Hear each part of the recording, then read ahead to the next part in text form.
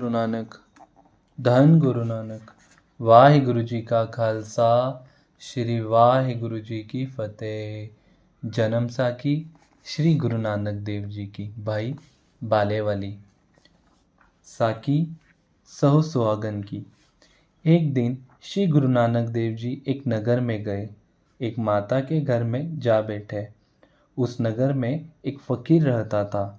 जिस दिन चंद्रमा चढ़ता था उस दिन उसके घर में बहुत जनता जाती थी। बहुत लोग अनेक प्रकार की भेंटा बाजों की धवी में लेकर आते थे। उस फकीर के मकान पर एक खास मेला लग जाता था। यदि कोई पूछे कि आज क्या है, तब उत्तर मिलता कि इस घर में सहू ने आना है, और फकीर कहता था कि मेरे मकान में कोई भी न आए, और घर में फूलों की शैया बना रखा था तथा इतर गुलाब अधिक छिड़कता था। उस रोज यह फकीर किसी को अपना मुख नहीं दिखाता था और न ही किसी का मुख देखता था, तथा मकान के भीतर ही तमाम रात्रि बैठा रहता था तथा बुर्का पहना और अपने को स्त्री समझता था। यह बातें तमाम जनता में होती थी। उधर उस घर में श्री गुरुजी महाराज विराजमान थे। उस बुढ़िया ने स्वच्छ भोजन तैयार करके गुरुजी के आगे रखा। अब प्रार्थना की, हे महाराज, इस रूसी सूखी रोटी को ग्रहण करो। तब गुरुजी ने कहा, भोजन तो हम पा लेंगे, परंतु यह नगर में शोर किस बात का है? तब उस देवी ने कहा, हे महाराज, इस नगर में एक फकीर रहता है। वह कहता है कि शुक्ल पक्ष की दूज को घर में सहू आता है। वह बात सुनकर गुरुजी ने मुझे और मर्दाना को कहा, चलो हम भी उस फकीर को देखें और सहू सुहागन का दीदार करें। तब हम लोग गुरुजी के साथ उस फकीर के द्वार पर जाकर खड़े हो गए। देखा बहुत दुनिया खड़ी है तथा किसी को भीतर नहीं जाने दिया जाता। अब गुरुजी ने भीतर जाना चाहा तो लोगों ने रोक दिया। तब गुरुजी ने उसके दरबानों को कहा, हे भाई, फकीर जी को कहो कि बाहर साधु खड़े हैं और तुम्हारा दीदार मांग रहे हैं।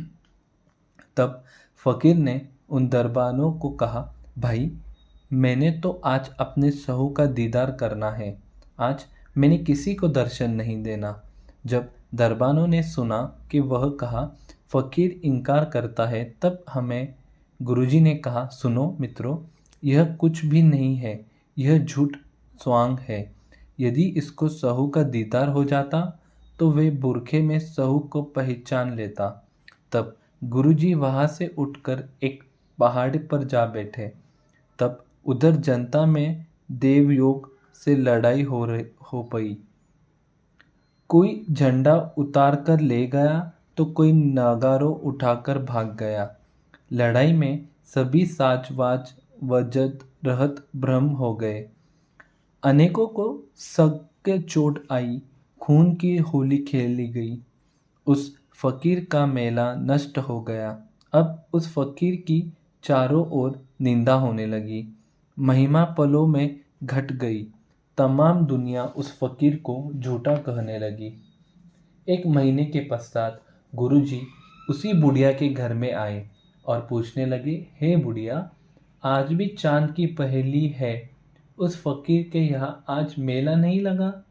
उसने उत्तर दिया कि हे महाराज, उस फकीर का सभी नाटक बिल्कुल झूठ ही निकला। एक दिन गुरुजी शहर के बाहर गए, तब एक लंगड़ा आदमी नगर के बाहर इधर उधर मांगता मिला।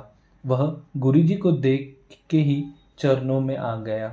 गुरुजी ने उस लंगड़े पिंगले को और कृपा दृष्टि से देखा, तब उसके सभी अंग ठीक हो गए। उसने गुरुजी की महान स्तुति की। अब गुरुजी ने उसे कहने लगे, हे मित्र, यदि तुमको कोई पूछे कि तुम्हारा हाथ पैर कैसे न ठीक किया है, तो तुम्हें कहना है कि मेरा हाथ पैर ठीक करने वाला वही सहू सुहागन जी है। बस जब उससे पूछा जाता तो वह सौ सुहागन का ही नाम लेता था। फिरता फिरता यह सौ सुहागन को भी जा मिला। सौ सुहागन ने पूछने पर उसने कहा कि मेरे हाथ पैर सौ सुहागन फकीर ने ठीक किए हैं। सौ सुहागन ने कहा, हे भाई, वह कहाँ है? उसने कहा कि वह तो एक बुढ़िया के घर में रहता है। तब वह झूठा फकीर उस पिंगले के साथ गुरुजी के पास आया तो बस देखते ही चरणों पर गिर पड़ा और हाथ बांधकर विनती करने लगा और कहने लगा, हे महाराज, आप मुझे क्षमा कर दो। मैं भूल हुआ था, मुझे क्षमा करो। सत्य बात तो यह है कि मैंने आपको पहचाना ही नहीं था। गुरुजी ने दया दृष्टि करते हुए कहा, हे मित्र, प्रत्येक बुरखे में उस सहू को जान कर और सभी को दीदार देना लेना अच्छा है। जब तू परमेश्वर का भजन करेगा तब वह सच्चा साहू तेरे बिन बुलाए तेरे पास सोए चला आएगा। फिर गुरुजी के चरणों पर नमस्कार करके तथा आज्ञा लेके वह सौ सुहागन फकीर अपने ठिकाने में जा बैठा। उधर वह पिंगला सौ सुहागन का प्रचार कर रहा था। तब उसका उजड़ा मेला फिर से लगने लगा। तब गुरुजी की कृपा समझकर वह सौ सुहागन फकीर गुरुजी का शिष्य बनकर नाम जपने लगा। तब श्री गुरु नानक देव जी महाराज ने एक श्लोक उच्चरित किया। श्लोक महला पहला। तुद भावे ता वाही, गावे तुद भावे जलन नवई। जा तुद भावे ता करी विभूता, सीढ़ी नाद बजावे। जा तुद भावे ता पढ़ी, कतेबा मुला सेक कहावे। जा तुद भावे ता होए राजे, रस कस बहुत कमावे। जा तुद भावे ता तेग वगावे, सिर मुंड कटी जावे। जा तुद भावे ता जही दिसन तार, सुनी गला घर आवे। जा तुद भावे नाही रचावे, तुद भाने तू भावे। नानक एक कहे बेनंती, होर सगल कुंड कमावे। अर्थात यह श्लोक सुन सभी लोग गुरुजी के चरणों पर गिर पर नमस्कार करने लगे। तब गुरुजी ने उन पर अपनी कृपा दृष्टि करके तथा अनेकों का कामना पूर्ण करके चल दिए। धन गुरु नानक। वाहिगुरु जी का खालसा, श्री वाहिगुरु जी की फतेह। धन गुरु नानक। संगत जी, अमृत वेले से जुड़ो, अमृत बानी से जुड़ो। अमृत वेले का समय रात को 12 से सुबह 6 तक का है। खुद भी जोड़ो, दूसरों को भी जोड़ो। आपका लोक परलोक दोनों संवर जाएगा। बस नाम जपो, नाम जपना ज़रूरी है। आप चाहे जहाँ पर भी हो, बस नाम जपो। वाहिगुरु वाहिगुरु वाहिगुरु। वाहिगुरु जी का खालसा, श्री वाहिगुरु जी की फतेह।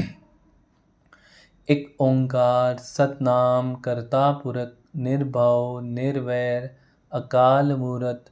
अजूनी सैभं गुर प्रसाद जप। आद सच जुगाद सच, है भी सच, नानक होसी भी सच। एक ओंकार सतनाम करता पुरख, निर्भव निर्वैर अकाल मूरत। अजूनी सैभं गुर प्रसाद जप। आद सच जुगाद सच, है भी सच, नानक होसी भी सच। एक ओंकार सतनाम करता पुरख, निर्भव निर्वैर अकाल मूरत। अजूनी सैभं गुर प्रसाद जप। आद सच जुगाद सच, है भी सच, नानक होसी भी सच। वाहिगुरु जी का खालसा, श्री वाहिगुरु जी की फतेह।